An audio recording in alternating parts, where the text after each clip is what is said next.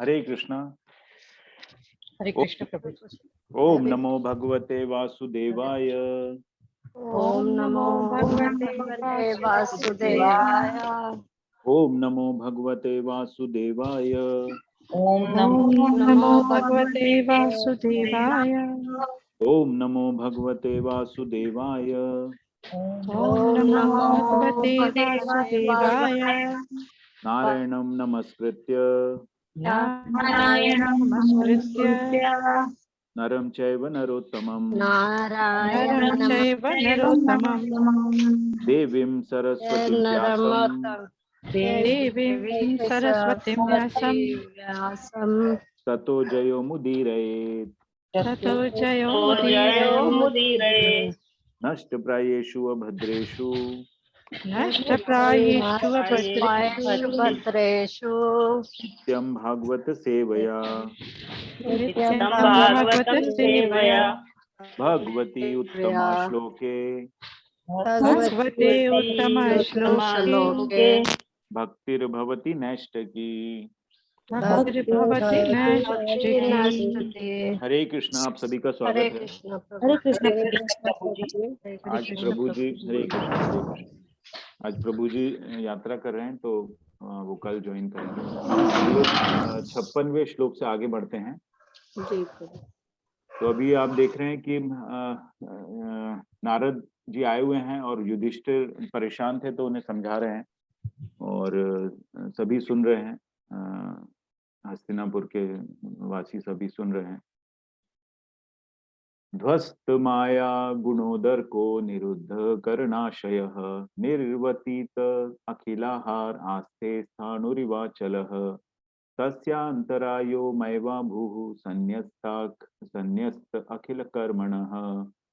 ध्वस्त माया गुणोदर को निरुद्ध करनाशय निर्वतीत अखिलाहार आस्ते स्थाणुरिवाचलः तस्यांतरायो मैवा भूः संन्यस्त अखिल कर्मणः। मेरे साथ पढ़िएगा। ध्वस्त माया गुणोदर को निरुद्ध करनाशयः निवर्तित अखिलाहार आस्ते स्थाणुरिवाचलः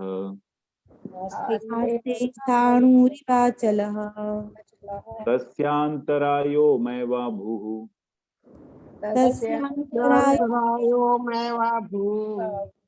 संन्यस्त अखिल कर्मणः।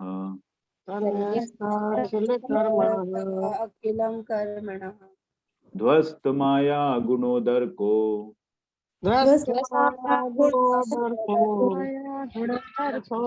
निरुद्ध करनाशयः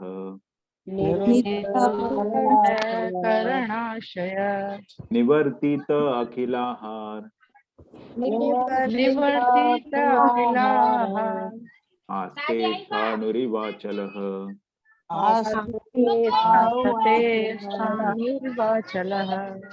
तस्यांतरायो मैवा भूः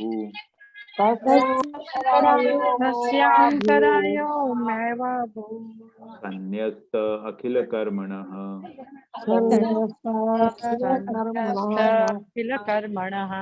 शब्दार्थ ध्वस्त विनष्ट होकर माया गुण भौतिक प्रकृति के गुण उदरकः परवर्ती प्रभाव निरुद्ध रुक कर करण आशय इंद्रियां तथा मन निवर्तित रुका हुआ अखिल समस्त आहारः इंद्रियों का भोजन आस्ते आसीन है स्थाणुः अचल इव सदृश अचलः स्थिर तस्य उसके अंतरायः विघ्न बाधाएं माँ एव कभी इस तरह अभू हो संन्यस्त विरक्त अखिल सभी तरह के कर्मणः भौतिक कर्तव्य। भावार्थ उन्हें इंद्रियों के सारे कार्य बाहर से भी रोक देने होंगे और भौतिक प्रकृति के गुणों से प्रभावित होने वाली इंद्रियों की अंतः क्रियाओं के प्रति भी अभेद्य रहना होगा। इन सारे भौतिक कार्यों का परित्याग करने पर वे अचल हो जाएंगे और मार्ग के सारे अवरोधों को पार कर जाएंगे। तो ये नारद जी कह रहे हैं उन्हें इंद्रियों के, उन्हें मतलब धृतराष्ट्र को, और वो बता रहे हैं युधिष्ठिर और जो भी वहां पे उपस्थित लोग हैं उन्हें समझा रहे हैं कि उन्हें क्या करना होगा। भावार्थ मेरे साथ पढ़िए। उन्हें इंद्रियों के के सारे कार्य सारे कार्य सारे कार्य बाहर से भी रोक देने होंगे बाहर से भी रोक देने होंगे रोक देने होंगे और भौतिक प्रकृति के गुणों से और भौतिक प्रकृति के गुणों से प्रभावित होने वाली इंद्रियों की प्रभावित होने वाली इंद्रियों की प्रभावित होने वाली इंद्रियों अंतः क्रियाओं के प्रति भी अंतर क्रियाओं के क्रियाओं प्रति के प्रति भी अभेद्य रहना होगा। अभेद रहना होगा। इन सारे भौतिक कार्यों अभेद का रहना होगा। इन सारे भौतिक कार्यों का परित्याग करने सारे पर भौतिक कार्यों का परित्याग करने परित्याग करने पर वे अचल हो जाएंगे वे अचल हो जाएंगे अचल हो जाएंगे और मार्ग के सारे अवरोधों को मार्ग के सारे अवरोधों को मार्ग के सारे अवरोधों को पार कर जाएंगे। पार कर जाएंगे। पार कर जाएंगे। हरे कृष्णा प्रभु जी। हरे कृष्ण। तो इसमें जो है धृतराष्ट्र को इंद्रियों के सारे कार्य बंद करने होंगे। इससे क्या होगा कि उसके इंद्रियों के प्रति वो अभेद्य हो जाएंगे और उससे भौतिक कार्यों का परित्याग हो जाएगा और वे अचल हो जाएंगे।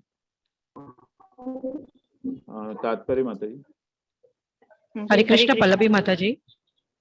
जी हरे कृष्णा माता जी। हरे कृष्णा प्रभु जी। तात्पर्य श्रील प्रभुपाद जी द्वारा। श्रील प्रभुपाद जी की जय। धृतराष्ट्र ने योग विधि के द्वारा सब प्रकार की भौतिक प्रतिक्रिया का निषेध करने का स्तर प्राप्त कर लिया था। प्रकृति के भौतिक गुणों के प्रभाव का शिकार बना जीव पदार्थ को भोगने की दुर्दम्य इच्छा के वश हो जाता है, किंतु योग विधि से मनुष्य ऐसे मिथ्या भोग से बच सकता है। प्रत्येक इंद्रिय सदा अपने भोजन की तलाश में रहती है और इस तरह बद्ध जीव पर चारों ओर से हमला होता है और उसे किसी भी कार्य में स्थिर होने का अवसर नहीं मिल पाता। नारद ने महाराज युधिष्ठिर को सलाह दी कि वे अपने ताऊ को घर वापस लाने का प्रयास करके उन्हें विचलित न करें। वे अब किसी भी भौतिक वस्तु के आकर्षण से परे थे। भौतिक प्रकृति के गुणों की कार्य करने की विभिन्न विधियां हैं, किंतु प्रकृति के भौतिक गुणों के भी ऊपर आध्यात्मिक गुण है जो परम पूर्ण है। निर्गुण का अर्थ है प्रतिक्रिया विहीन। आध्यात्मिक गुण तथा इसका प्रभाव समान है, अतः आध्यात्मिक गुण को निर्गुण कहकर उसे भौतिक गुण से भिन्न दिखाया जाता है। प्रकृति के भौतिक गुणों से पूर्णतः अवरुद्ध होने पर मनुष्य आध्यात्मिक मंडल में प्रवेश करता है और आध्यात्मिक गुणों से प्रेरित कर्म भक्ति कहलाता है। अतः भक्ति परम पूर्ण के सीधे संपर्क द्वारा प्राप्त किया गया निर्गुण है, जिसे परम पूर्ण संपर्क द्वारा प्राप्त किया जाता है। हरे कृष्णा। हरे कृष्ण। तो भौतिक गुणों से बेसिकली जो है भौतिक गुणों से अवरुद्ध कर रहे हैं उसको। तो इंद्रियों को प्रोसेस वही है कि आपको जो है काम क्रोध लोभ को त्यागना होगा और मन बुद्धि अहंकार को कंट्रोल करना होगा, जिससे कि आपकी जो पूरी इंद्रियां जो हैं वो भक्ति में लग जाए। तो ये प्रोसेस है। तो जिससे आप अभेद्य हो जाएंगे। जैसे श्लोक में कहा है कि अभेद्य भौतिक प्रकृति के गुणों से आपको अभेद्य होना है। और ये निर्गुण वर्ड का बहुत ही अच्छा बताया, क्योंकि निर्गुण का अर्थ है प्रतिक्रिया विहीन, है ना। निर्गुण तो जब तीनों गुण नहीं होते हैं तो वो निर्गुण को वैसे नेगेटिव वर्ड समझते हैं, लेकिन निर्गुण का अर्थ है कि वो तीनों गुणों के प्रतिक्रिया विहीन हो जाएगा। वो तीनों गुणों में मतलब वो वैष्णव हो जाएगा एक्चुअली। जब वो निर्गुण हो जाता है तो वैष्णव हो जाता है वो, क्योंकि तीनों गुणों को रिस्पॉन्ड नहीं करता है, ना सतोगुण को करता है, ना रजोगुण को और ना तमोगुण को। तो ये काफी अच्छा वर्णन दिया प्रभुपाद ने। 57वां श्लोक लेते हैं। स वा अद्यतनात्राजन् परतः पंचमे हनि कलेवरं हास्यति स्वं तच्च भस्मी भविष्यति। स वा अद्यतनात्राजन् परतः पंचमे हनि कलेवरं हास्यति स्वं तच्च भस्मी भविष्यति। मेरे साथ पढ़िएगा। स वा अद्यतनात्राजन् परतः पंचमे हनि पंचमे हनि कलेवरं हास्यति स्वं कलेवरं हास्यति स्वं तच्च भस्मी भविष्यति। तच्च भस्मी भविष्यति। स वा अद्यतनाद्राजन् परतः पंचमे हनि परतः पंचमे हनि कलेवरम हास्यति स्वम कलेवरं हास्यति स्वयं वरं हास्यति तच्च भस्मी भविष्यति। तच्च वश्मी भविष्यति। तच्च शब्दार्थ भस्मी सह वह वा संभवतया अद्य आज तनात् से राजन हे राजन परतः आगे पंचमे पांचवे अहनी दिन कलेवरम शरीर हास्यति छोड़ देंगे स्वम अपनी इच्छा से तत् वह च भी भस्मी राख भविष्यति हो जाएगा। भावार्थ हे राजन संभव यह है कि वे आज से पांचवें दिन अपना शरीर छोड़ देंगे और उनका शरीर राख हो जाएगा। तो नारद मुनि ने भविष्यवाणी कर दी है। मेरे साथ पढ़िएगा। हे राजन हे राजन संभव यह है कि संभव यह है कि वे आज से पांचवें दिन वे आज से पांचवें दिन अपना शरीर छोड़ देंगे अपना शरीर छोड़ देंगे और उनका शरीर राख हो जाएगा। और उनका शरीर राख हो जाएगा। शरीर राख हो जाएगा। धृतराष्ट्र के लिए कह रहे हैं कि वो शरीर छोड़ देंगे और उनका शरीर राख हो जाएगा। तात्पर्य माता जी। लीना दवे माता जी। हरे कृष्णा। हरे कृष्णा प्रभु जी। हरे कृष्णा माता हरे जी। कृष्ण माता जी। तात्पर्य श्रील प्रभुपाद जी द्वारा श्रील प्रभुपाद की जय। नारद मुनि की भविष्यवाणी ने युधिष्ठिर महाराज को उस स्थान को जाने से रोक दिया जहां उनके ताऊ रह रहे थे, क्योंकि अपनी योग शक्ति से अपना शरीर त्यागने के बाद भी धृतराष्ट्र को किसी दाह संस्कार की आवश्यकता न थी। नारद मुनि ने संकेत किया कि उनका शरीर स्वतः जलकर भस्म हो जाएगा। योग पद्धति की सिद्धि ऐसी है, योग शक्ति से प्राप्त की जाती है। योगी इच्छित समय में अपना शरीर त्याग कर सकता है और अपने इस शरीर को खुद के लिए सृजित की हुई अग्नि से भस्म करके इच्छित ग्रह को प्राप्त कर सकता है। हरे कृष्णा हरे प्रभु। कृष्ण। हरे कृष्ण माता जी। तो नारद मुनि ने भविष्यवाणी कर दी। तो उसमें दाह संस्कार की प्रभुपाद बता रहे हैं यहाँ पर कि दाह संस्कार की आवश्यकता नहीं थी, क्योंकि यौगिक सिद्धि से अपने आप को वो शरीर त्याग देते थे और खुद को भस्म कर लेते थे। ये प्रभुपाद यहाँ बता रहे हैं। और इच्छित ग्रह को प्राप्त कर सकता है। देखिए इच्छित ग्रह लिखा है यहाँ पर। इसका मतलब क्योंकि धृतराष्ट्र भक्त प्योर भक्त नहीं थे, आखिरी में उन्होंने मुक्ति के लिए प्रयास किया, तो मुक्ति तो मिल गई उनको, लेकिन उनको इच्छित ग्रह ही मिल पाएगा कि वैकुंठ लोग तो भगवान के जो भक्त होते हैं वही जा पाते हैं। आगे पढ़ते हैं 58वां श्लोक। दह्यमाने अग्निभिर्देहे पत्युः पत्नी सहोटजे बहिः स्थिता पतिं साध्वी तमग्निमनुवेक्षति। बहिः स्थिता पतिं साध्वी दह्यमाने अग्निभिर्देहे पत्युः पत्नी सहोटजे बहिः स्थिता पतिं साध्वी तमग्निमनुवेक्षति। मेरे साथ पढ़िएगा। दह्यमाने अग्निभिर्देहे पत्युः पत्नी सहोटजे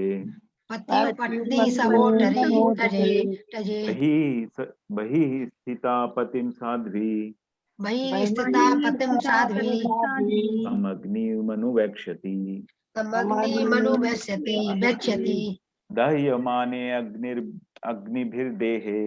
दह्यमाने अग्निभिर्देहे पत्युः पत्नी सहोटजे बहिः स्थिता पतिं साध्वी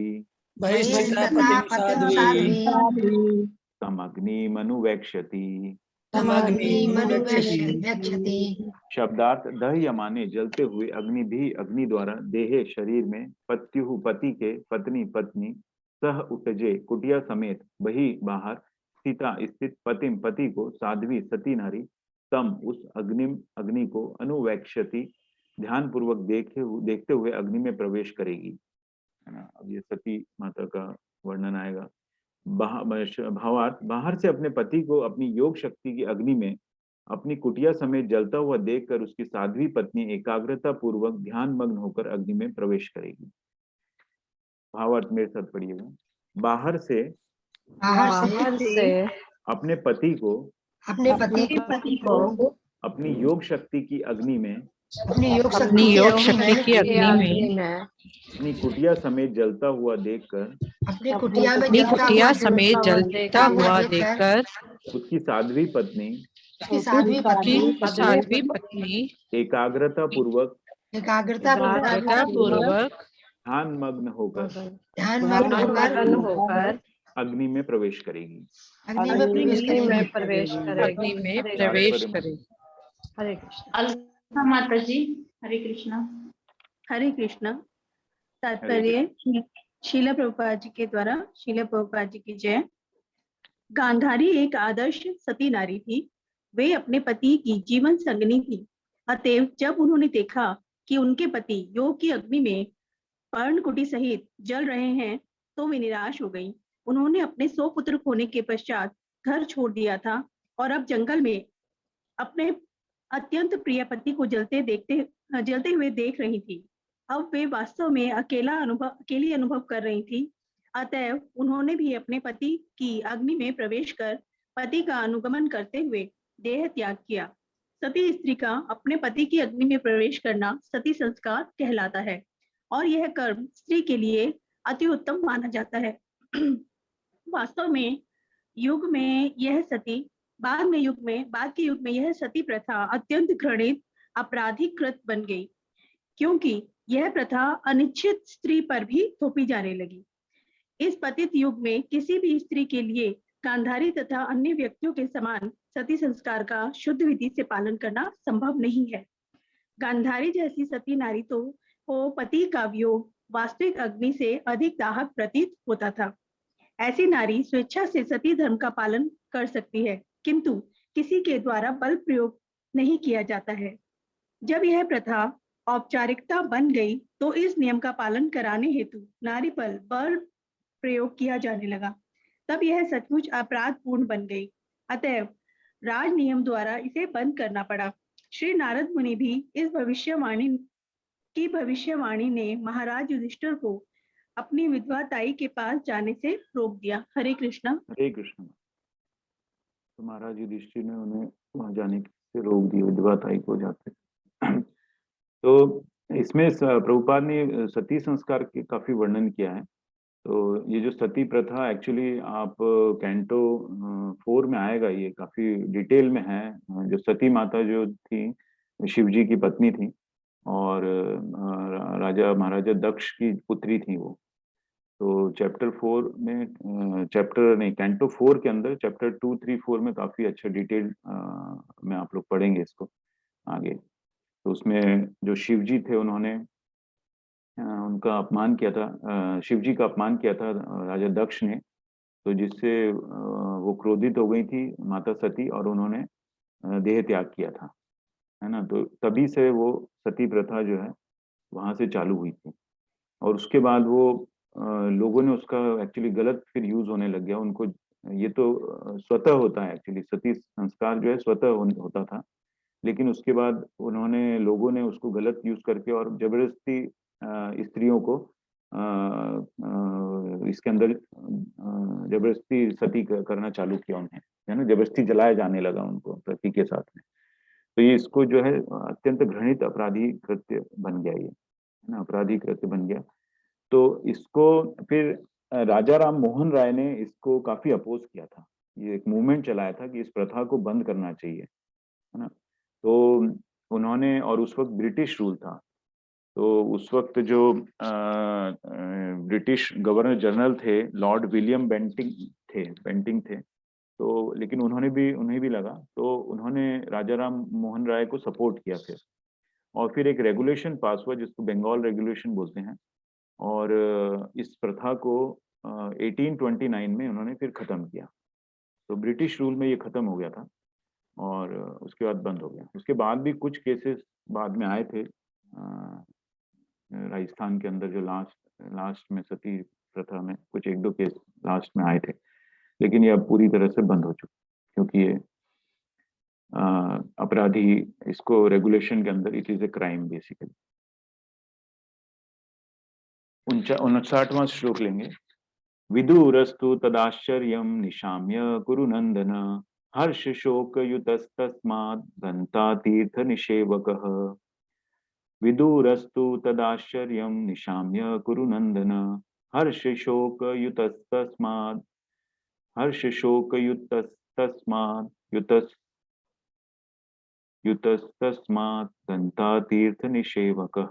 मेरे साथ पढ़िएगा। विदुरस्तु तदाश्चर्यम् विदुरस्तु तदाश्चर्यम् निशाम्य कुरु नंदन निशाम्य कुरु नन्दन कुरु नंदन हर्ष शोक युतस्तस्मात् हर्ष शोकयुतस्मात् दंतातीर्थ निषेवकः दन्तातीर्थनिषेवकः तीर्थनिषेवकः विदुरस्तु तदाश्चर्यम् विदुरस्तु तदाश्चर्यम् विदुरस्त तथाश्चर्यम् निशाम्य कुरु नंदन निशाम्य कुरु नन्दन हर्ष कुरु नंदन शोक युतस्तस्मात् हर्षशोकयुतस्माद्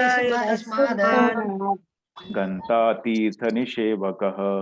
दन्तातीर्थनिषेवकः शब्दार्थ विदुरः विदुर भी तू लेकिन तत् वह घटना आश्चर्यम आश्चर्यमय निशाम्य देखकर कुरुनंदन हे कुरुवंश के पुत्र हर्ष प्रसन्नता शोक दुख युतः से प्रभावित तस्मात उस स्थान से गंता चले जाएंगे तीर्थ तीर्थ स्थान निषेवकः शक्ति प्राप्त करने के लिए।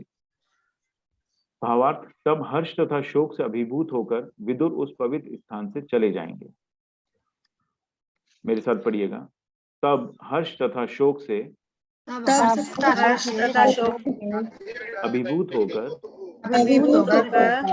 विदुर उस पवित्र स्थान से चले जाएंगे। विदुर को हर्ष भी है और शोक भी है। हर्ष इस बात का है कि उन्हें मुक्ति मिल जाएगी, मुक्ति मिल गई, और शोक है कि वो उनको भक्त नहीं बना पाए, है ना, क्योंकि आखिरी में जो किया है उन्होंने आखिरी में ही किया था, इसलिए उन्हें हर्ष भी हो रहा है और लेकिन शोक भी है। तात्पर्य माता जी। सुमन अग्रवाल माता जी। हरे कृष्णा प्रभु जी। हरे कृष्णा हरे माता जी। कृष्णा माता जी। तात्पर्य श्रील प्रभुपाद जी की जय। श्रील प्रभुपाद जी के द्वारा विदुर युक्त मुक्त योगी के रूप में अपने भ्राता धृतराष्ट्र के आश्चर्यमय प्राण को देखकर चकित थे, क्योंकि वे अपने विगत जीवन में भौतिकतावाद अत्यधिक लिप्त थे। निसंदेह विदुर के ही कारण उनके भाई को जीवन की वांछित गति प्राप्त हुई। अतः ये जानकर विदुर परम प्रसन्न थे, लेकिन उन्हें दुख था कि वे अपने भाई को शुद्ध भक्त न बना पाए। विदुर ऐसा न कर पाए क्योंकि धृतराष्ट्र उन पांडवों से शत्रुभाव रखते थे जो सारे भगवान के भक्त थे। वैष्णव के चरण कमलों पर किया गया अपराध भगवान के चरण कमलों पर किए गए अपराध से अधिक घातक होता है। निश्चय ही विदुर अपने भाई धृतराष्ट्र पर अत्यंत कृपालु थे, जिनका पिछला जीवन अत्यंत भौतिकवादी था, किंतु ऐसी कृपा का वर्तमान जीवन में फल अंततः परमेश्वर की इच्छा पर निर्भर होता है। अतएव धृतराष्ट्र को केवल मुक्ति लाभ हुआ। ऐसे अनेक मुक्त जीवनों के बाद ही भक्ति की अवस्था प्राप्त होती है। विदुर अपने भाई तथा भाभी की मृत्यु से अत्यंत शोकातुर थे, और ऐसे शोक को दूर करने का एकमात्र उपाय था कि वे तीर्थ यात्रा के लिए निकल पड़े। अतएव महाराज युधिष्ठिर के पास अपने जीवित चाचा विदुर को वापस बुलाने का अवसर न था। हरे कृष्णा प्रभु जी। हरे कृष्णा सभी को। तो धृतराष्ट्र को मुक्ति लाभ तो मिल गया, लेकिन भक्ति में नहीं आगे बढ़ पाए वो। तो ऐसा प्रभुपाद कह रहे हैं कि ऐसे अनेक मुक्त जीवनों के बाद ही भक्ति की अवस्था को प्राप्त हो पाती है। ये तो एक जीवन में अगर पॉसिबल नहीं है, तो फिर ऐसे अनेक जीवन में मुक्ति लाभ धीरे धीरे प्रगति करता है आदमी और आगे बढ़ता है। तो शुरू कैसे होता है, जैसे हमने पहले भी देखा था कि शुद्ध भक्तों की संगति हम करते हैं, और उसके बाद भक्ति करते हैं, संगति करते हैं, उसके बाद हम जो कर रहे हैं भगवत गीता पढ़ रहे हैं, भागवतम पढ़ते हैं और भक्ति के नियमों का पालन कर रहे हैं, है ना। उससे जो गुरु जो बताते हैं उस हिसाब से भक्ति के नियमों का पालन होता है, और फिर हम अपने जो कार्य हैं वो सब भक्तिपूर्ण कार्य ही करते हैं, और उसके बाद जो हमारी श्रद्धा है वो स्थिर हो जाती है, और उसके बाद आसक्ति पैदा होती है। आसक्ति मतलब भगवान में आसक्ति हो जाती है, और फिर जिसको भक्ति बोलते हैं। तो ये अवस्था जो है भक्ति की अवस्था प्राप्त होती है यहाँ पर, और उसके बाद फिर भाव होता है और शुद्ध भगवत प्रेम जागृत होता है ना। उसके बाद आप स्वरूप सिद्ध हो जाते हैं। तो ये भक्ति की इस अवस्था को मैं कई अनेक मुक्त जीवनों के बाद ये अवस्था प्राप्त हो पाती है ना। तो इसीलिए चैतन्य महाप्रभु ने कहा है कि कलयुग में तो आप जो है महामंत्र जो है, हरि मंत्र को ही जपते रहो, यही एक रास्ता है हम लोगों के लिए। 60वां श्लोक जो है, इत्युक्त्वाथारुहत् स्वर्गं नारदः सह तुम्बुरुः युधिष्ठिरो वचस्तस्य हृदि कृत्वा जहाच्छुजः। इत्युक्त्वाथारुहत् स्वर्गं नारदः सह तुम्बुरुः युधिष्ठिरो वचस्तस्य हृदि कृत्वा जहाच्छुजः।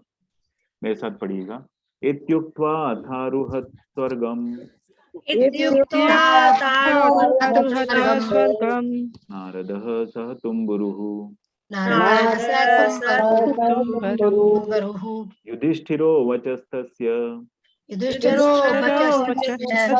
युधिष्ठिरो वचस्तस्य हृदि कृत्वा जहाच्छुजः।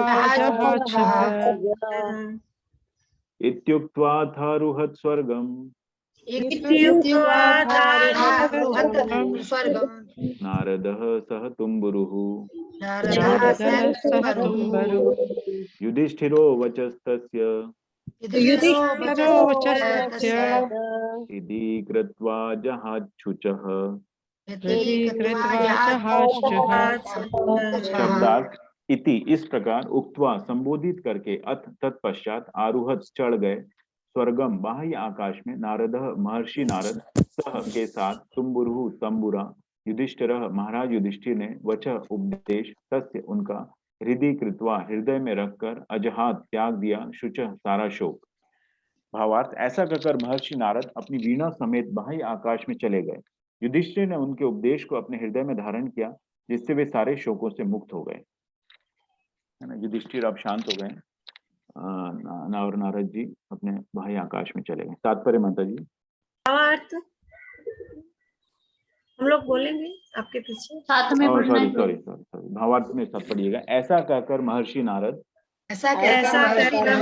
महर्षि नारद अपनी वीणा समेत बाह्य आकाश में चले गए। बाह्य आकाश में चले गए। युधिष्ठिर ने उनके उपदेश को अपने हृदय में धारण किया हृदय में धारण किया जिससे वे सारे शोकों से मुक्त हो गए। सारे शोकों से मुक्त हो गए। नारद ने उनको संतुष्ट कर दिया, हरे कृष्ण, संतुष्ट कर दिया और वो फिर शोकों से मुक्त हो गए युधिष्ठिर। तात्पर्य माता जी। वंदना माता जी। हरे कृष्ण प्रभु जी, हरे कृष्ण माता जी। हरे कृष्ण। श्री प्रभुपाद की जय। श्री प्रभुपाद द्वारा तात्पर्य, श्री नारद जी शाश्वत अंतरिक्ष पुरुष हैं जिन्हें भगवत कृपा से आध्यात्मिक शरीर प्राप्त हुआ है। वे बिना किसी प्रतिरोध के भौतिक तथा आध्यात्मिक दोनों ही जगतों के बाह्य आकाश में विचरण कर सकते हैं और देखते ही देखते दूर सुदूर के किसी भी ग्रह में तत्क्षण पहुंच जा सकते हैं। दासी पुत्र के रूप में हम उनके विगत जीवन का वर्णन पहले ही कर चुके हैं। शुद्ध भक्तों की संगति करने से ही उन्हें शाश्वत अंतरिक्ष पुरुष का पद प्राप्त हुआ था, अतएव उन्हें विचरण करने की स्वतंत्रता थी। हमें नारद मुनि के चरण चिन्हों पर चलने का प्रयास करना चाहिए और यांत्रिक साधनों से अन्य लोगों तक पहुंचने का व्यर्थ प्रयास नहीं करना चाहिए। महाराज युधिष्ठिर धर्मात्मा राजा थे, अतएव समय समय पर उन्हें नारद मुनि के दर्शन होते रहते थे। अतएव जो नारद मुनि का दर्शन करने के इच्छुक हों उन्हें सर्वप्रथम पवित्र बनना होगा और नारद मुनि के चरण चिन्हों पर चलना होगा। इस प्रकार श्रीमद् भागवत के प्रथम स्कंद के अंतर्गत धृतराष्ट्र द्वारा गृहत्याग नामक 13वें अध्याय के भक्ति वेदांत तात्पर्य पूर्ण हुए। हरे कृष्ण प्रभु जी। हरे कृष्ण माता जी। तो नारद जी जो है, नारद जी के बारे में प्रभुपाद ने बताया कि अंतरिक्ष पुरुष हैं, है ना। अब यहाँ पे प्रभुपाद कह रहे हैं कि हमें जो हमें नारद मुनि के चरण चिन्हों पर चलने का प्रयास करना चाहिए, है ना। तो क्या करना है, नारद मुनि जी ने क्या किया था देखिए आप, उन्होंने ऊपर लिखा है शुद्ध भक्तों की संगति करने से ही उन्हें शाश्वत अंतरिक्ष पुरुष का प्राप्त हुआ था और वो दासी पुत्र थे, और वो अपनी जब मदर के साथ जाते थे तो वहां पर जो भक्त होते थे तो उनकी परमिशन लेके उन्होंने उनका झूठा वो खाते थे जो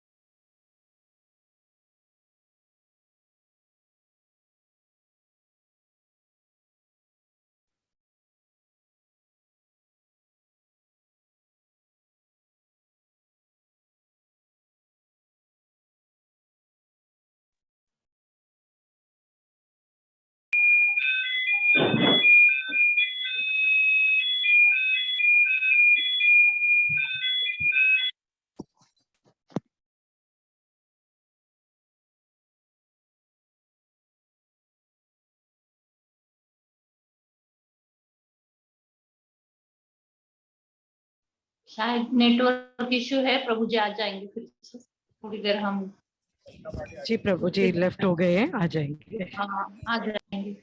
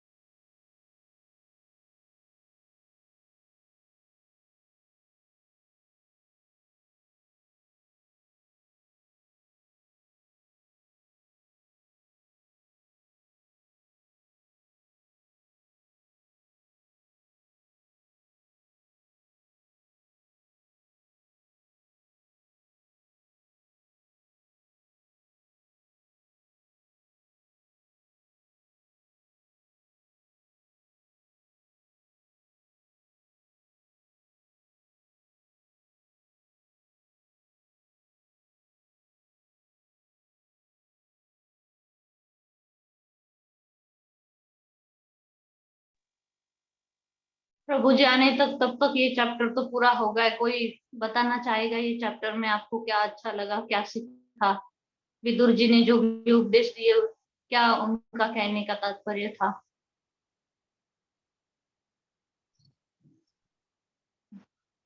म्यूट करके आप बोल सकते, किसी को अगर बोलना है। माता जी सबसे अच्छा जो विदुर जी थे वो खुद भी भक्त थे और धृतराष्ट्र को मुक्ति पथ पे लेके आए थे। जी जी, इससे यही सूचित होता है कि अगर जीवन में हमें कभी भी ऐसी संधि मिल जाती है कि कोई हमें हमारा उद्धार करने के लिए हमें उपदेश दे रहे हैं तो हमें तुरंत वो संधि को हमें स्वीकार करना चाहिए। जैसे विदुर जी पहले भी धृतराष्ट्र को बहुत विदुर जी समझा रहे थे युद्ध होने से पहले भी, फिर भी धृतराष्ट्र नहीं माने। फिर विदुर जी ने जैसे समझाया धृतराष्ट्र को कि अभी यही समय है जीवन का कि तुम्हें संन्यास लेकर जो सारी भौतिक कार्यकलाप से बंद कर तुम्हें अभी भगवत प्राप्ति के लिए तुम्हें जाना चाहिए। धृतराष्ट्र ने तभी वो संधि को छोड़ी नहीं, और इस कारण धृतराष्ट्र इतने पाप हुए थे धृतराष्ट्र से, फिर भी उसका उद्धार हो गया, उसको मुक्ति मिल गई। भक्ति तो नहीं मिली की मुक्ति मिल गई उसको। पहले ही अगर समझ जाते तो साथियों प्रभु जी आ गए, प्रभु जी आ गए हैं। हरे कृष्णा। हरे कृष्णा। सॉरी, मैं ये पावर कट हो गया था तो डिस्कनेक्ट हो जाता है बार।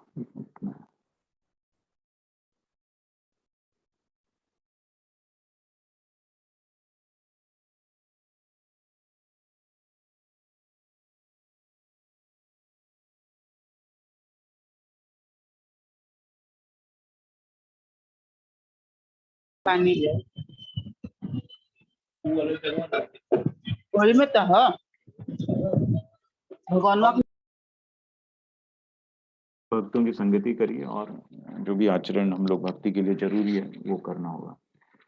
तो इस तरह भक्ति श्रीमद् भागवत के प्रथम स्कंद के अंतर्गत धृतराष्ट्र द्वारा गृह त्याग नामक 13वें अध्याय के भक्ति वेदांत तात्पर्य पूर्ण हुए। चैप्टर 14 लेते हैं। चैप्टर 14 शुरू करने के पहले हम लोग जो प्रभु जी 5 श्लोका पढ़ते हैं, मैं आपके साथ शेयर करता हूँ। आवाज आ रही है ना माता जी? जी आ रही है। ओके, तो मेरे साथ पढ़िएगा। प्रभु जी चैट बॉक्स में डाला है। अच्छा, मैंने शेयर भी किया है, अगर आप पढ़ सकते हैं तो यहाँ से भी पढ़ सकते हैं, है ना। ओम नमो भगवते वासुदेवाय। ओम नमो भगवते वासुदेवाय। जन्माद्यस्य यतो अन्वयादित जन्माद्यस्य यतो अन्वयादित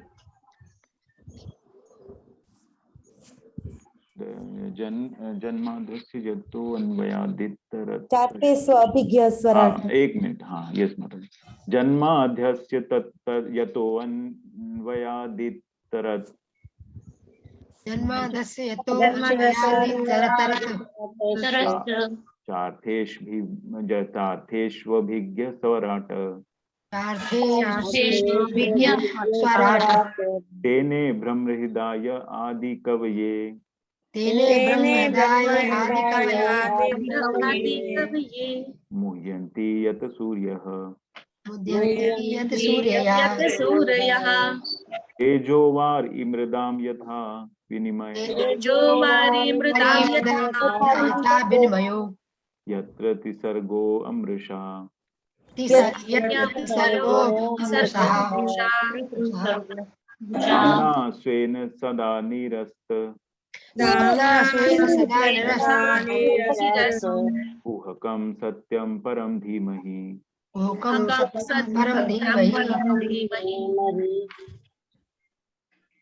धर्मः प्रोज्झित्कैत्वोऽत्र।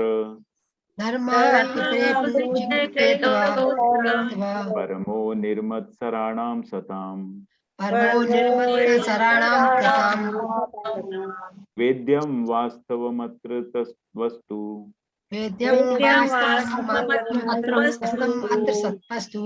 शिवदं तापत्रयोन्मूलनम्।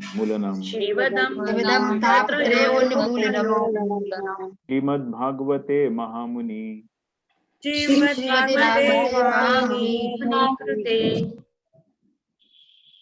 श्रीमद्भागवते महामुनि कृते किं वा परैरीश्वरः। सद्यो हृद्यवरुध्येतेऽत्र।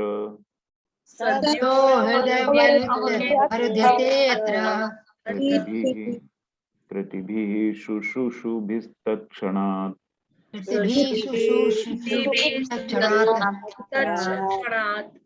तीसरा श्लोक है। निगम कल्पतरोर्गलितं फलम्।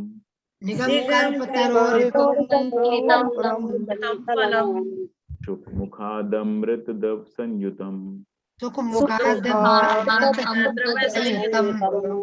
पिबत भागवतं रसमालयम्। मुहुरहो रसिका भुवि भावुकाः।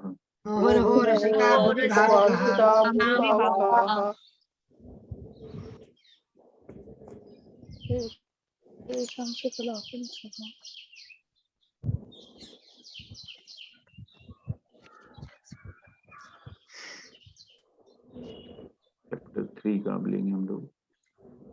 चैट बॉक्स में पढ़े हैं प्रभु जी। अच्छा ओके। चैप्टर 3 का 28वां श्लोक है। एते चांश कला पुंसः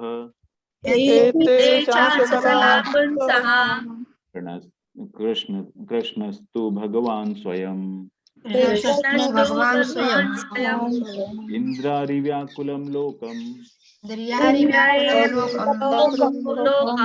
मृडयन्ति युगे युगे जन्म गुह्यं भगवतो जन्म य एतत् प्रयतो नरः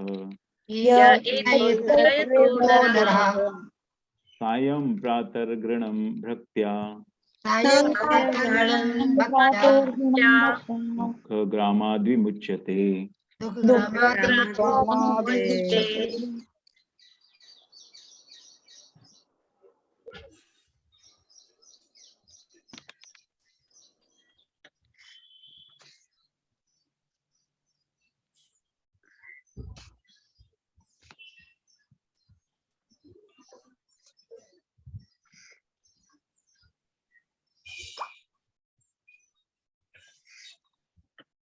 चौदहवें अध्याय से आगे बढ़ते हैं। भगवान श्री कृष्ण का अंतर्धान होना।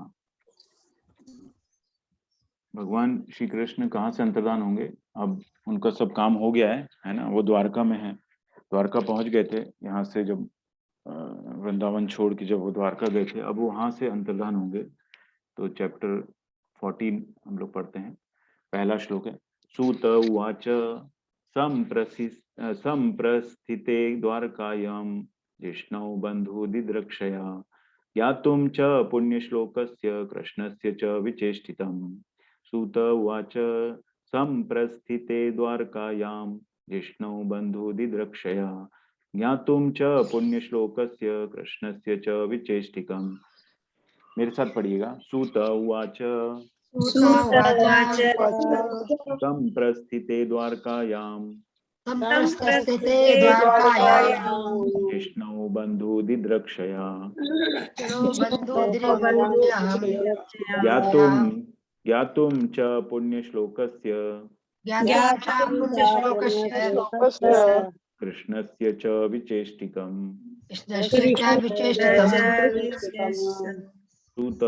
कृष्णस्य च विचेष्टितम्।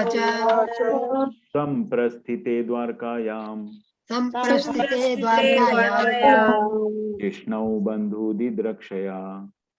जिष्णौ बंधु दिद्रक्षया ज्ञातुं च पुण्यश्लोकस्य कृष्णस्य च विचेष्टितम्। शब्दार्थ। सूत उवाच, सूत गोस्वामी ने कहा, संप्रस्थिते जाकर द्वारकायाम द्वारका नगरी में जिष्णु अर्जुन बंधु मित्रों तथा संबंधियों से दिद्रक्षया मिलने के लिए ज्ञातुम जानने के लिए च भी पुण्य श्लोकस्य जिनका यश वैदिक स्तोत्रों द्वारा गाया जाता है कृष्णस्य भगवान कृष्ण का च तथा विचेष्टिकम अगला कार्यक्रम। भावार्थ। श्री सूत गोस्वामी ने कहा, भगवान श्री कृष्ण तथा अन्य मित्रों को मिलने तथा भगवान से उनके अगले कार्यकलापों के विषय में जानने के लिए अर्जुन द्वारका गए, है ना। तो युधिष्ठिर ने अर्जुन को स्पेशली भेजा कि क्या हो रहा है। आगे देखते हैं, मेरे साथ पढ़िएगा। श्री सूत गोस्वामी ने कहा, भगवान श्री कृष्ण तथा अन्य मित्रों को मिलने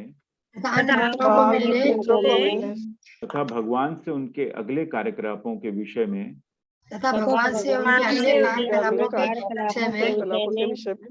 जानने के लिए अर्जुन द्वारका गए। तात्पर्य मतलब रोशनी गुप्ता माता जी, हरे कृष्णा। हरे कृष्णा माता जी, बहुत बहुत धन्यवाद। प्रभु जी आपको। हरे कृष्णा माता जी। श्रील प्रभुपाद द्वारा श्री शिल प्रभुपाद की जय। तात्पर्य। जैसा कि भगवत गीता में कहा गया है, भगवान इस पृथ्वी पर धर्मात्माओं की रक्षा करने तथा अधर्मियों का संहार करने के लिए अवतीर्ण हुए थे। अतएव कुरुक्षेत्र का युद्ध समाप्त होने तथा महाराज युधिष्ठिर का राज्य स्थापित हो जाने पर भगवान का कार्य पूर्ण हो चुका था। 5 पांडव और विशेष रूप से अर्जुन भगवान कृष्ण के सनातन संगी थे। अतएव कृष्ण से उनके अगले कार्यक्रम के विषय में जानने के लिए अर्जुन द्वारका गए। हरे कृष्णा माता जी। हरे कृष्णा। हरे कृष्णा। तो युधिष्ठिर जानना चाहते थे कि उनका अगला जो कार्यक्रम क्या है भगवान का, और इसलिए उन्होंने अर्जुन को स्पेशली इसलिए भेजा कि आप पता करके आए। दूसरा श्लोक, व्यतीता कतिचिन्मासा तदा नायत्ततोऽर्जुनः ददर्श घोररूपाणि निमित्तानि कुरुद्वहः। व्यतीता कतिचिन्तमासा तदा नायात्ततोऽर्जुनः ददर्श घोररूपाणि निमित्तानि कुरुद्वहः। मेरे साथ पढ़िएगा। व्यतीताः कतिचिन्मासा व्यतीतः कतिचिन्मासाः तदा नायात्ततोऽर्जुनः तदा नायात्ततोऽर्जुनः ददर्श घोररूपाणि ददर्शघोररूपाणि निमित्तानि कुरुद्वः। निमित्तानि कुरुद्वः। व्यतीताः कतिचिन्मासा व्यतीता कतिचिन्मासाः तदा नायात्ततोऽर्जुनः तथा नायायतौ अर्जुनः ददर्श घोररूपाणि ददर्शघोररूपाणि निमित्तानि कुरुद्वः। निमित्तानि कुरुद्वः। शब्दार्थ व्यतीताः, व्यतीत करके, कतिचित मासाः महीने, तदा उस समय, न आयात नहीं लौटा, तथा वहां से अर्जुन ददर्श देखो, घोर भयानक, रूपाणी दृश्य, निमित्तानि विभिन्न कारण, कुरु उद्वह महाराज युधिष्ठिर ने। भावार्थ, कुछ मास बीत गए किंतु अर्जुन वापस नहीं लौटे। तब महाराज युधिष्ठिर को कुछ अपशकुन दिखने लगे जो अपने आप में अत्यंत भयानक थे। अब भगवान के जाने की तैयारी हो रही है, देखिए, है ना, और उसके लक्षण उन्हें युधिष्ठिर को दिख रहे हैं, और अर्जुन को गए हुए भी काफी समय हो गया है। मेरे साथ पढ़िए। कुछ मास बीत गए किंतु अर्जुन वापस नहीं लौटे। तब महाराज युधिष्ठिर को कुछ अपशकुन दिखने लगे जो अपने आप में अत्यंत भयानक थे। भगवान ने जब वृंदावन भी छोड़ा था तब भी वहां पर जो काफी अच्छा वर्णन था गोपियों की दशा के बारे में बताया था, उनके प्रेम के बारे में बताया था, है ना। अब पृथ्वी छोड़ रहे हैं वो भगवान, तो अब अपशकुन दिख रहे हैं। देखिए तात्पर्य, माता जी। सरिता माता जी, हरे कृष्णा। हरे कृष्णा प्रभु जी, हरे कृष्णा माता जी। हरे कृष्णा। तात्पर्य श्रील प्रभुपाद द्वारा, श्रील प्रभुपाद की जय। पूर्ण पुरुषोत्तम भगवान श्री कृष्ण अनंत है, हमारे संसार के सर्वाधिक शक्तिमान सूर्य से भी अधिक शक्तिशाली है। उनके एक श्वास काल में लाखों करोड़ों सूर्यों की सृष्टि और पुनः उनका संहार होता है। भौतिक जगत में सूर्य को समस्त उत्पादकर्ता तथा सारी भौतिक शक्ति का स्रोत माना गया है, और सूर्य के कारण ही हमें जीवन की आवश्यकताएं उपलब्ध होती है। अतः जब हम पृथ्वी पर भगवान स्वयं उपस्थित थे, तो उस समय उनकी उपस्थिति के कारण हमारी शांति तथा संपन्नता का सारा साज सामान, विशेष रूप से धर्म तथा ज्ञान, अपनी चरमावस्था में थे। इस प्रकार चमकते सूर्य की उपस्थिति में सर्वत्र प्रकाश झलझलाता रहता है। महाराज युधिष्ठिर को अपने राज्य में कुछ न्यूनताएं दिखी, अतः वे अर्जुन के विषय में अत्यधिक चिंतित हो उठे, जो दीर्घ काल से अनुपस्थित थे, और द्वारका की कुशलता का कोई समाचार नहीं मिला था। उन्हें भगवान कृष्ण के अंतर्धान होने की आकांक्षा हुई, अन्यथा ऐसे भयानक अपशकुनों की संभावना ही नहीं थी। हरे कृष्ण। धन्यवाद प्रभु जी। अंतर्धान होने की आशंका हुई, है ना। तो यहाँ पे जैसे प्रभुपाद ने बड़ा सरल बताया, क्योंकि हम सूर्य, हमारे लिए तो सूर्य बहुत शक्तिमान है ना, कितना लाइट वे में प्रभुपाद ने उनको बताया है। बट सूर्य तो जैसे भगवत गीता के जो इसमें बताया है कि जो सूर्यों में मैं आदित्य हूँ, है ना, तो जो 12 तरह के सूर्य उसमें भी वो आदित्य हैं। तो वो किस तरह से बताया, तो हम कि आम आदमी एक जो प्रभुपाद समझाना चाह रहे हैं कि सूर्य हमको बहुत शक्तिमान दिखता है, तो उससे भी शक्तिशाली है, जबकि पुरुषोत्तम भगवान तो अनंत है ना। और उनके एक श्वास काल में लाखों करोड़ों सूर्यों की सृष्टि और पुनः उनका संहार होता रहता है। ऐसे बहुत करोड़ों ब्रह्मांड है, और हर ब्रह्मांड के अपने सूर्य और चंद्रमा है। तो जो परम पुरुष हैं, जो पुरुषोत्तम भगवान जो अनंत हैं, ऐसा प्रभुपाद बताना चाह रहे हैं। और अब उन्हें आशंका होने लग गई, क्योंकि युधिष्ठिर महाराज भी काफी ज्ञानी थे, तो उन्हें धीरे धीरे अपने राज्य के अंदर जो न्यूनताएं दिखी, उससे उन्हें थोड़ा चिंता हुई कि कहीं ऐसा तो नहीं भगवान जो है अंतर्धान हो गए हैं। तो इसलिए उन्होंने अर्जुन को भेजा कि आप जाइए और पता कीजिए कि क्या कार्यक्रम है उनका। आगे बढ़ते हैं, तीसरा श्लोक। कालस्य च गतिम रौद्राम विपर्यस्तर विपर्यस्तरितुधर्मिणः पापी यसिं नृणां वार्तां क्रोधलोभान्वितात्मनाम्। कालस्य च गतिं रौद्रां विपर्यस्तरितुधर्मिणः पापी यसिं नृणां वार्तां क्रोधलोभान्वितात्मनाम्। मेरे साथ पढ़िएगा। कालस्य च गतिं रौद्रां कालस्य च गतिं रौद्रां विपर्यस्तरितुधर्मिणः विपर्यस्तरितुधर्मिणः पापी यसिं नृणां वार्तां पापीयसीं नृणां वार्तां क्रोधलोभान्वितात्मनाम्। क्रोधलोभान्वितात्मनाम्। कालस्य च गतिं रौद्रां कालस्य च गतिं रौद्रां विपर्यस्तरितुधर्मिणः पापी यसिं नृणां वार्तां पापीयसीं नृणां वार्तां क्रोधलोभान्वितात्मनाम्। क्रोधलोभान्वितात्मनाम्। शब्दार्थ। कालस्य शाश्वत समय की, च भी गतिम दिशा, रौद्राम भयानक, विपर्यस्त विपरीत, ऋतु मौसम की, धर्मिणः नियमितताएं, पापी असीम पापी, नृणाम मनुष्य की, वार्ताम जीविका का साधन, क्रोध क्रोध, लोभ लोभ, अनर्थ झूठ, आत्मा नाम लोगों का। भावार्थ। उन्होंने देखा कि सनातन काल की गति बदल गई है और यह अत्यंत भयावह था।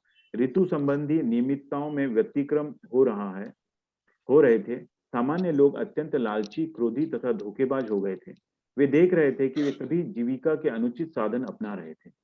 ये कितने सालों पहले लिखा है और यह आज के लिए बिल्कुल सही उपयुक्त सेंटेंस है ये सब, है ना। कितने सालों पहले लिख के और आज हम देख भी रहे हैं वो सब चीजें। मेरे साथ पढ़िएगा। उन्होंने देखा कि सनातन काल की गति बदल गई है सनातन काल की गति बदल गई है और यह अत्यंत भयावह था। ऋतु संबंधी नियमितताओं में व्यतिक्रम हो रहे थे। सामान्य लोग अत्यंत लालची, क्रोधी तथा धोखेबाज हो गए थे। वे देख रहे थे कि वे सभी जीविका के अनुचित साधन अपना रहे थे। तात्पर्य माता जी। और माता जी।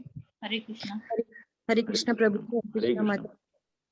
जब सभ्यता, तात्पर्य श्रील प्रभुपाद द्वारा श्रील प्रभुपाद की जय।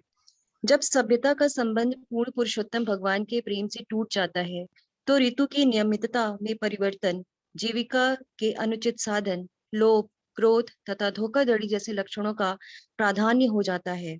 ऋतु संबंधी नियमितता के परिवर्तन का अर्थ है एक ऋतु के समय दूसरी ऋतु के लक्षणों का प्रकट होना। उदाहरणार्थ, वर्षा ऋतु शरद ऋतु में चली जाए या एक ऋतु में फूलने फलने की क्रिया दूसरे ऋतु में होने लगे। ईश्वर विहीन मनुष्य अनिवार्यतः लालची, क्रोधी तथा धोखेबाज होता है। ऐसा व्यक्ति किसी भी साधन से अपनी जीविका चला सकता है, चाहे वह साधन उचित हो या अनुचित। महाराज युधिष्ठिर के राज्यकाल में ध्यान खींचने वाली बात यह थी कि उपयुक्त सारे लक्षणों का अभाव था, लेकिन जब महाराज युधिष्ठिर को अपने राज्य के दैवी वातावरण में यत् किंचित परिवर्तन का अनुभव होने लगा तो वे चकित हो गए और तुरंत आशंका हुई कि भगवान अप्रकट हो गए हैं। जीविका के अनुचित साधनों का अर्थ है अपने वृत्तिपरक कर्म से हटना। हर एक के लिए, चाहे वह ब्राह्मण हो या क्षत्रिय, वैश्य हो या शूद्र, कुछ कर्म नियत है, किंतु यदि कोई इन कर्मों को ना करके अन्यों के कर्म को अपना कर्म घोषित करते हुए उसे अपनाता है तो वह अनुचित कर्तव्य का पालन करता है। जब मनुष्य के समक्ष उच्चतर जीवन उद्देश्य नहीं होता और वह सोचता है कि उसका कुछ वर्षों का भौतिक जीवन ही सब कुछ है, तो मनुष्य संपत्ति तथा शक्ति के लिए अत्यधिक लोभी बन जाता है। अज्ञान ही मानव जीवन की सारी विसंगतियों का कारण है और इस अज्ञान को हटाने के लिए विशेष रूप से इस अधोगति के युग में श्रीमद् भागवत रूपी प्रबल सूर्य अपना प्रकाश वितरित करने के लिए उपलब्ध है। हरे कृष्ण। हरे कृष्ण हरे कृष्ण। हरे कृष्ण। तो जीविका के अनुचित साधनों का अर्थ है अपनी वृत्तिपरक कर्म से हटना, है ना। ये वृत्तिपरक जिसकी जो वृत्ति है, मतलब भगवत गीता में भी उन्होंने बताया कि ब्राह्मण को ब्राह्मण का कार्य करना है, क्षत्रिय को क्षत्रिय का करना है, वैश्य को वैश्य का और शूद्र को शूद्र, है ना। लेकिन अब ये कौन ब्राह्मण है कौन शूद्र है कौन, है ना, ये तो उसमें बताया कि ब्राह्मण कोई जन्म से ब्राह्मण नहीं होगा, या है ना, वो उसको ब्राह्मण वाले कर्म करता है तभी वो ब्राह्मण होता है। तो ये बताया गया है कि वो उसको उसका नियत कर्म ही करना चाहिए और अनुचित कर्तव्य का पालन करता है। मनुष्य के समक्ष उच्चतर जीवन उद्देश्य नहीं होता, वो सोचता है कि उसका कुछ वर्षों का भौतिक जीवन ही सब कुछ है। तो वो इसी को समझता है कि बस मुझे यही भोगना है, भौतिक जीवन को भोगना है और यही जीवन का अंतिम लक्ष्य है, जबकि अंतिम लक्ष्य जो है वो कुछ और ही है जिसके लिए उसको ये जन्म मिला है ना। तो लेकिन प्रभुपाद ने कहा है कि अब इसमें ना पड़े और जो है हरि मंत्र को आप पकड़ के रखें, है ना, वही एक साधन है कलयुग के अंदर। क्योंकि अगर हम ये सब सोचने लगे मैं ब्राह्मण हूँ, अभी बड़ा मुश्किल है इस वक्त डिसाइड करना कि क्योंकि ब्राह्मण क्षत्रिय का भी काम कर रहे हैं, क्षत्रिय ब्राह्मण का काम कर रहे हैं, तो ये इस युग में डिसाइड करना बड़ा मुश्किल है। तो भक्ति मार्ग ही अंत में जो है अंतिम लक्ष्य है कि भक्ति मार्ग को ही पकड़ना है हमको और उसी में आगे बढ़ना है। ओम अज्ञानतिमिरान्धस्य ज्ञानाञ्जनशलाकया चक्षुरुन्मीलितं येन तस्मै श्रीगुरुवे नमः। नमः ओं विष्णुपादाय कृष्णपृष्ठाय भूतले श्रीमते भक्तिवेदांत स्वामिनीति नामिने। नमस्ते सारस्वती देवे गौरवाणी प्रचारिणे निर्विशेष शून्यवादी पाश्चात्य देशतारिणे। जय हो श्री कृष्ण चैतन्य प्रभु नित्यानंद श्री अद्वैत गदाधर श्रीवासादि गौर भक्त वृंद। हरे कृष्ण कृष्ण कृष्ण हरे हरे, हरे राम राम राम हरे हरे। हरे कृष्ण।